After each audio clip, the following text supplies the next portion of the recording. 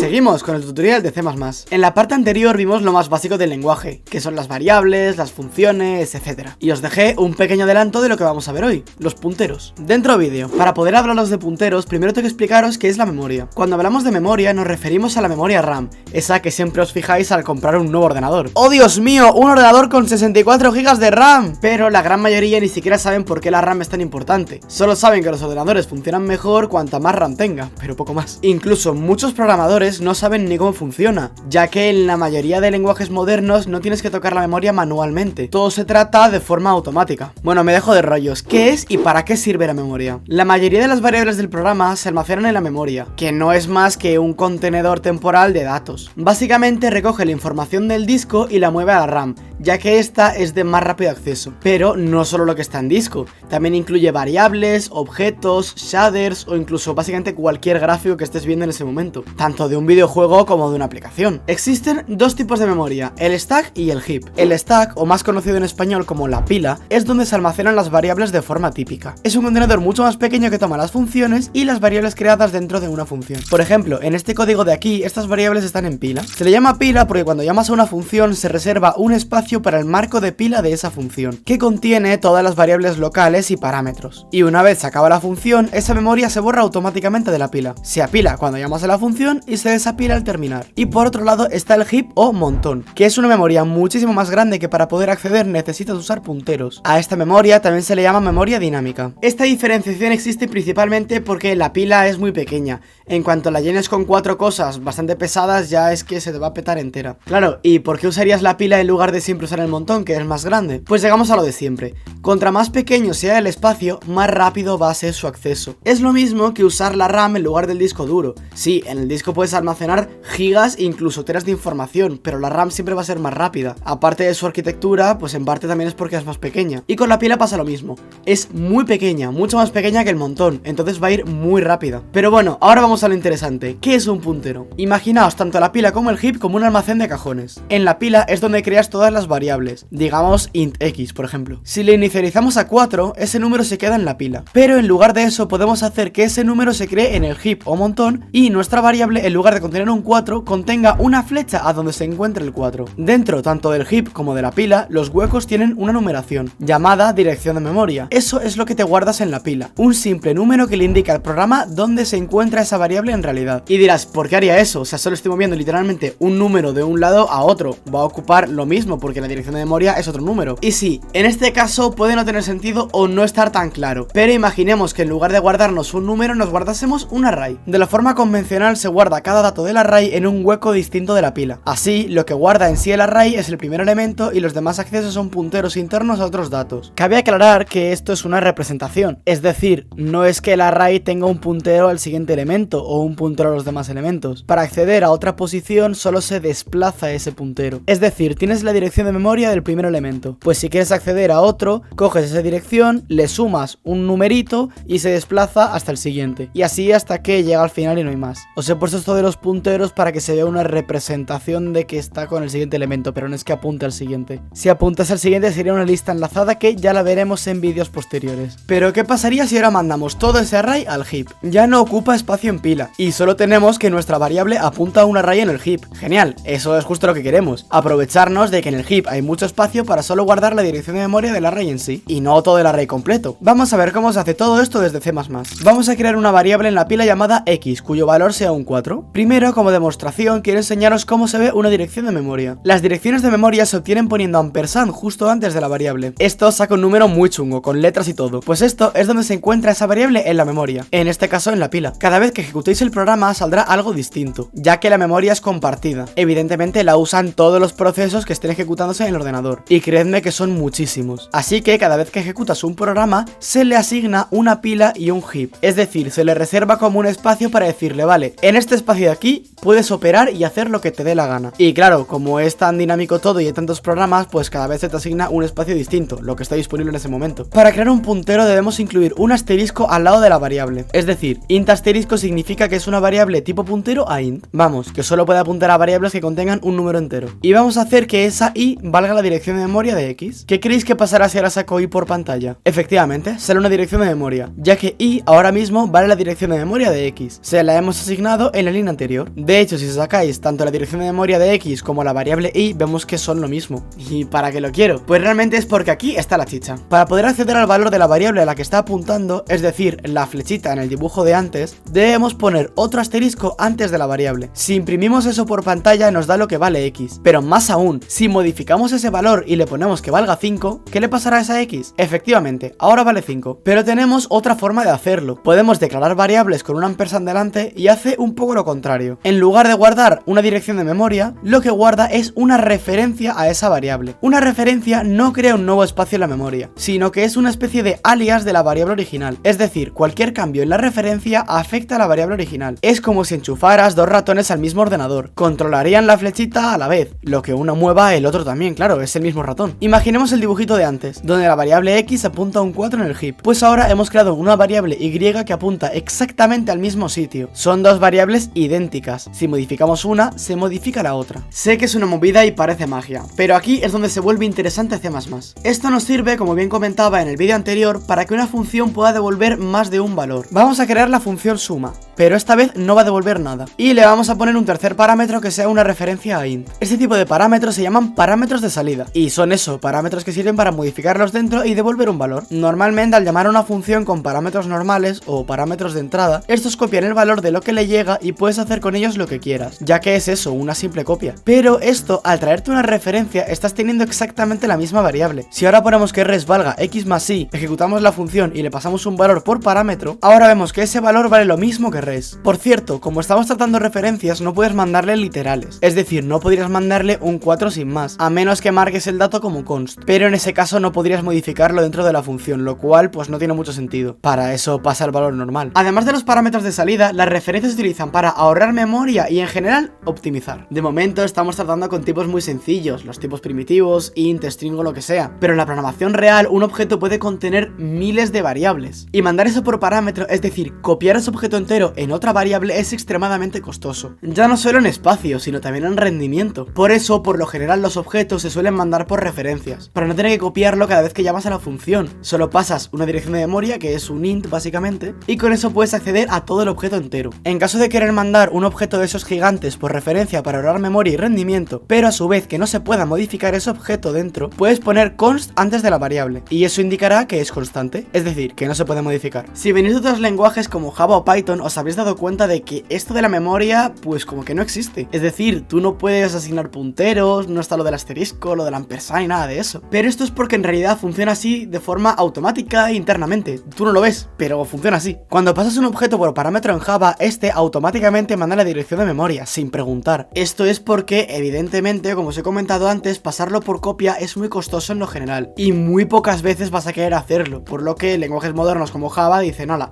pues te manda la dirección de memoria automáticamente. Pero bueno, en fin, no toda la memoria es tan bonito. Pueden ocurrir cosas como las fugas de memoria. Imaginaos que tengo la variable X apuntando a ese 4, pero ahora decido que no, que va a apuntar a un 8 en otro lado. ¿Qué pasa con ese hueco en la memoria? Pues que hemos perdido la única referencia al bloque de memoria, y por lo tanto no podemos liberarlo más tarde. Esto se llama fuga de memoria, y ocasiona que se esté reservando un espacio por una variable a la que ni podemos acceder. Estos errores son gravísimos, y es por lo que muchos programas de C++ antiguos, incluso algunos modernos, pueden llegar a estar consumiendo gigas de RAM sin siquiera tener dentro nada. Seguramente os haya pasado con algún programa que lo habéis dejado a lo mejor 1 hora, 2 horas os habéis ido, y al volver veis que está la RAM a tope, y literalmente es que no ha hecho nada. Esto es debido a las fugas de memoria. Básicamente eso, espacios que no se utilizan, no se pueden ni siquiera liberar y solo se pueden borrar al cerrar el programa. De aquí llegaron los llamados recolectores de basura, que están básicamente en cualquier lenguaje moderno. Estos recolectores se encargan de revisar todas las direcciones de memoria cada cierto tiempo, y si alguna no tiene referencias, la eliminan por completo. Pero si eso ya existe, ¿por qué no lo usamos y punto? Pues en general, sí. Por eso todos los lenguajes modernos lo utilizan. Pero claro, siempre hay un punto negativo. Con programas enormes, con gigas de RAM que se están utilizando, si cada cierto tiempo tengo que comprobar todas esas direcciones de memoria y ver si están siendo utilizadas o no, consume mucho rendimiento. Y es lo que provoca los tirones o el stuttering, que es que el programa se te queda como congelado un poquito y luego vuelve. No se nota mucho, pero sobre todo por ejemplo con Java, y seguramente hayáis notado en Minecraft, que de vez en cuando, si vosotros hacer nada, se queda para un momento y luego vuelve. Eso es porque el recolector de basura lo está revisando y todo lo que no esté usando lo está borrando. Con C++ Además, al tener el control total, aunque sea un poco más coñazo, si puedes borrar las cosas manualmente no provocas stuttering. Básicamente creas y destruyes cuando tú quieras, no cuando pasa un recolector de basura. Vale, pues ahora sí vamos a ver cómo crear punteros en el heap o montón y cómo eliminarlos. Para crearlos escribimos int asterisco para indicar que es un puntero, el nombre y luego new int y entre paréntesis el número. Cada vez que veáis new indica que se está reservando espacio en el heap. Ahora para poder acceder a su valor debemos poner asterisco justo antes de la variable. Sé que es un lío todo esto de los ampersand y los asteriscos, pero con la práctica vais pillando para qué sirve cada uno y dónde colocarlos. Pero eso sí, os aseguro que al principio va a ser prueba y error. Os dejaré esta tabla en la descripción que indica qué es cada símbolo y en qué ámbito para que la consultéis. Y esto es lo que os comentaba antes. Si ahora decido crear otra variable y que x apunta a esa nueva variable, entonces el puntero S4 desaparece. Y la hemos cagado, fuga de memoria. Para eliminarlo es tan fácil como colocar delete justo antes de la variable. Esto eliminará la memoria asociada a ese puntero. Pero ojo, este infierno no termina aquí. También existen los llamados punteros nulos. Punteros que no apuntan literalmente a nada. Como básicamente lo que nos acaba de pasar ahora, que lo hemos borrado y ahora ese puntero ¿a qué está apuntando? Si ahora intento imprimir el valor de x, vaya, error al canto. Esto causa craseos tremendos en programas y si alguna vez habéis hecho algo en C++, esto es la norma. Esto es el equivalente en Java de un null, pero en C++ se llama nullptr, de null pointer. Si escribimos en la declaración, esta vez nullptr se pondrá en azul, indicando que es una palabra reservada, que a su vez significa que no apunta a nada. En realidad esto pasa en todos los lenguajes. Cuando en Java inicializas un objeto a null, si intentas acceder a un valor suyo, el programa petará y te dirá algo como null pointer exception, que es muy típico. Pero esto es útil por otras razones que ya veremos en otros vídeos. Vamos a ver ahora cómo hacer un array en el heap. Tenemos dos opciones. O que el array se cree en pila y los objetos del array estén apuntando al heap, o que el array entero se cree en el heap y solo tenemos un valor en pila que apunte a ese array en el heap. Vamos a ver ambas. Para crear un array de punteros ponemos int asterisco, el nombre de la variable y luego entre corchetes el tamaño. Ahora podemos hacer que x de 0 valga new int 3, por ejemplo. Y así tenemos que apunte a un 3 en el heap. Vamos a hacer un for que lo rellene automáticamente. Ahora el problema es que no podemos hacer un simple delete, ya que los valores se encuentran en el heap. Para ello tendríamos que recorrerlo y hacer delete de cada uno de los datos. Si no, tendríamos fugas de memoria. Y ahora la otra forma, que es creando un array dinámico. ¿Os acordáis cuando os dije que el heap se llamaba también memoria dinámica? Pues todo lo que tenga que ver con esta memoria tendrá dinámico delante. Para crearlo ponemos int asterisco y no ponemos corchetes. Luego en la inicialización ponemos new int y los corchetes. Esto crea un puntero a un array en memoria dinámica. El anterior método no reservaba memoria en el heap para inicializarse. El array seguía en pila, es decir, los huequitos del array estaban en la pila. Solo los valores estaban en el heap. Por eso había que poner new cada vez que inicializásemos un valor interno dentro de ese array. Pero de esta otra forma creamos el array entero en el heap y nos guardamos la dirección de memoria de ese array. Ahora lo rellenamos, pero esta vez no tenemos que poner new todo el rato, tan solo el valor, ya que lo hemos inicializado anteriormente, ya está reservado ese espacio en memoria. Y para borrarlo ponemos delete seguido de unos corchetes. Sé que este vídeo está siendo mortal, pero es que explicar punteros es la verdad muy complicado y más aún para principiantes. Pero tranquilos que ya queda poco. Y además os voy a dar una pequeña alegría. Existe otra forma de hacer los punteros sin tener que preocuparos por borrarlos. Y no estoy hablando del recolector de basura de los demás lenguajes. Se llaman punteros inteligentes y son el método moderno para utilizar la memoria dinámica. Lo único malo es que su sintaxis es terriblemente mala, pero bueno, os tendréis que acostumbrar con eso en C++. Existen tres tipos de punteros inteligentes: unique pointers o punteros únicos, que son variables que apuntan a otra variable y solo puede ser apuntado por una única variable. ¿Os acordáis cuando antes teníamos dos variables apuntando a la misma en el heap? Pues con esto es básicamente imposible, no te lo permite. Shared pointers o punteros compartidos, que son básicamente lo mismo que me está usando hasta ahora. Punteros a los que puedes apuntar desde cualquier otra variable y da igual cuántas le estén apuntando al mismo tiempo, son compartidos. Y weak pointers o punteros débiles que solo pueden apuntar a punteros compartidos, pero no cuenta que le estás apuntando. Ahora os explico lo que significa esto. Como os he dicho antes, los punteros no funcionan con un recolector de basura automático, pero entonces ¿cómo se borran solos? Pues simple, cuando se dejen de usar. En el caso de los punteros únicos, en el momento en el que apuntes a otra cosa, el programa sabrá que has apuntado a otra cosa y borrará todo lo relacionado con eso en el montón. En el caso de los punteros compartidos, llevan un contador interno que indica cuántas variables le están apuntando en ese momento. En el caso de antes teníamos la variable x y la variable y apuntando a la misma dirección. En este caso el contador es 2. Cuando una de estas variables deja de apuntar a esa dirección, se resta el contador, y cuando llega a 0 simplemente se elimina. Y aquí es donde entran los punteros débiles, que son iguales que los otros pero no aumentan ese contador. Por lo que si a esta variable de antes le dejan de apuntar las demás variables, esta memoria en el heap se borrará, independientemente de si este otro puntero débil la sigue apuntando. ¿Y para qué se usan los punteros débiles? Pues es un poco rayada, pero os hago un esquemita. Imaginemos que tenemos tres variables, A, B y C. A apunta a B, que apunta a C, pero a su vez C apunta a B. Es un ciclo de punteros. Bueno, no pasa nada. Aquí de momento no hay problema. Pero ¿qué pasa si ahora cambiamos a donde apunta A? Entonces se quedan en un ciclo infinito de punteros. No se borran ya que ambos están siendo apuntados mutuamente. Y esto es otra fuga de memoria ya que no podemos acceder a ellos. Se soluciona simplemente haciendo que uno de los dos sea un puntero débil. Y en cuanto A deja de apuntar a B, el contador llega a 0 y se borran ambos. La sintaxis es la siguiente. Para punteros únicos se escribe unique_ptr, seguido de un mayor y menor que con el tipo dentro, el nombre de la variable y luego escribimos make_unique con el tipo y el valor. Sí, la sintaxis es terrible, pero toca acostumbrarse. Para punteros compartidos lo mismo, pero con shared_ptr y make_shared. Y con wiki exactamente lo mismo, solo que estos apuntan siempre a un shared pointer, no pueden apuntar a otra cosa.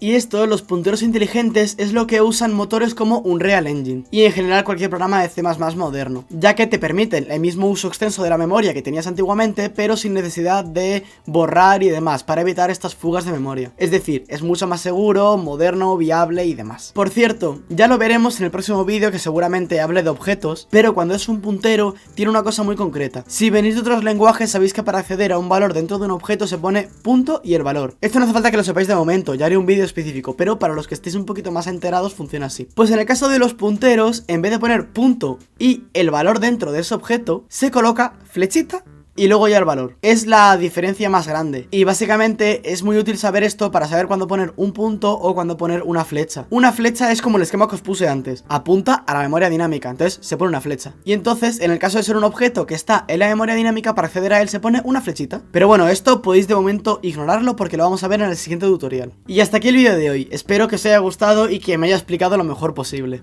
Como siempre os digo, podéis dejarme cualquier duda o sugerencia en la caja de comentarios y yo os responderé. Todavía no hemos ahondado en el uso real de los punteros, os he dado una explicación un poco vaga por encima para que los entendáis. Y aunque pueda parecer un más infierno que el vídeo anterior, los punteros es literalmente lo más útil de C++.